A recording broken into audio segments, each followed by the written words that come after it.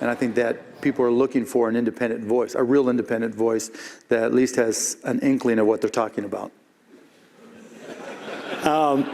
Let me tell you what Maureen wrote. She said, Trump and Cuban are testosterone twins in some ways. Both savor poking elites and flouting convention. Both have owned sports teams and love making movies. Wait. He owned a sports team for about 6 minutes.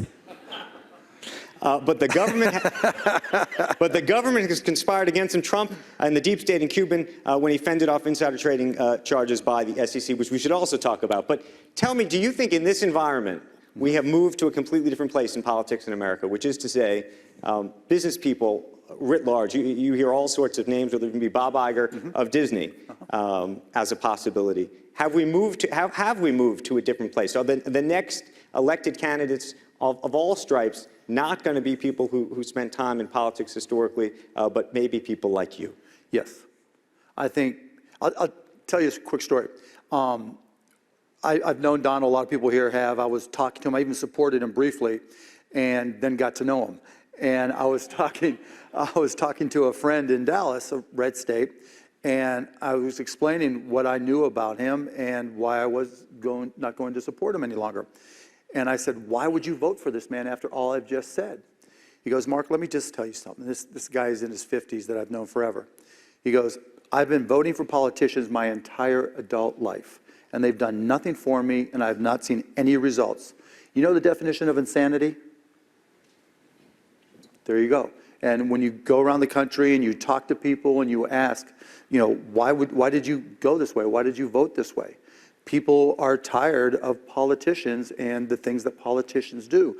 And whether it's me, Bob Iger, Howard Schultz, or somebody else, I think there's a door that's wide open.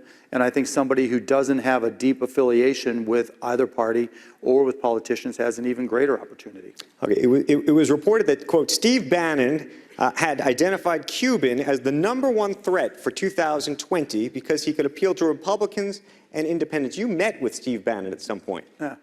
I've known Steve Bannon for 20 years. And it was just to tell stories about Donald. And what happened? Nothing. I mean, look, I met with Michael Cohen, his lawyer, this morning to talk to him about his book. I met with it ended up being 8 Democratic senators yesterday in D.C. to talk about health care, so I try to get a better understanding. I talked to others about artificial intelligence and the impact on the workforce. I met with Republicans. I met with Jet Flake yesterday. So I'll talk to everybody. To me, you can't absorb enough knowledge and you can't connect with people enough. And so I don't want to just limit myself to one silo. I don't want to be in a bubble. I want to get feedback from everybody. So you say you're considering it. What would put you in the ring or out of the ring?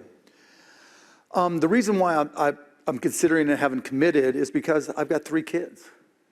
What caring, loving parent would put an 8, 11, and 14-year-old child through this? What did your wife say? She asked me if I want to stay married. Do you think that you'd be able to persuade her? I don't know, but I think I have a year to find out. I think, just look at what's happened in the past year. I think in the next year, there's plenty of time to... There you go. There's plenty of time to find out, and so I don't have to rush. It sounds, though, that you're more interested than you were even a couple of weeks or months ago when you said, I'm considering it, or I wish I could think about it, but I really can't.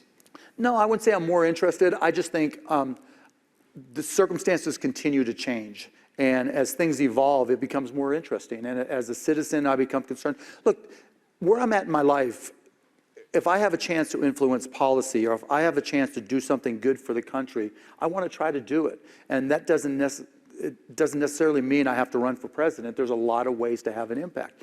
And the more in tune I am, the more connected, the more educated I am about a variety of topics, the easier it is for me to decide.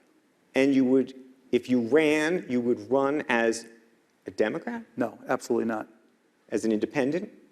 Potentially, and I'd say... Or as a Republican? Republican before Democrat, most likely independent, because I think there's an incremental value for setting up an independent candidacy. Now, I understand the difficulties of that. and the challenges of that from an infrastructure perspective. But the positives for doing it as a Republican means you get to go head on with Trump right in the primaries. And so there's nothing I'd have more fun doing.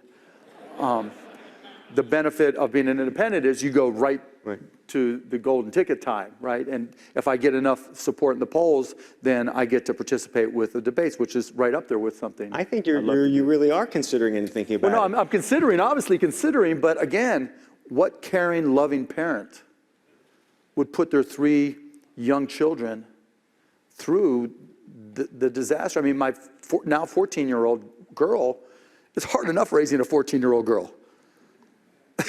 It's really hard raising a 14-year-old girl. And, you know, the thought of what she'd have to face over the next couple of years on social media from her friends, and particularly in a red state, that's not, you know, a comforting thought. Hey there, thanks for checking out CNBC on YouTube. Be sure to subscribe to stay up to date on all of the day's biggest stories. You can also click on any of the videos around me to watch the latest from CNBC. Thanks for watching.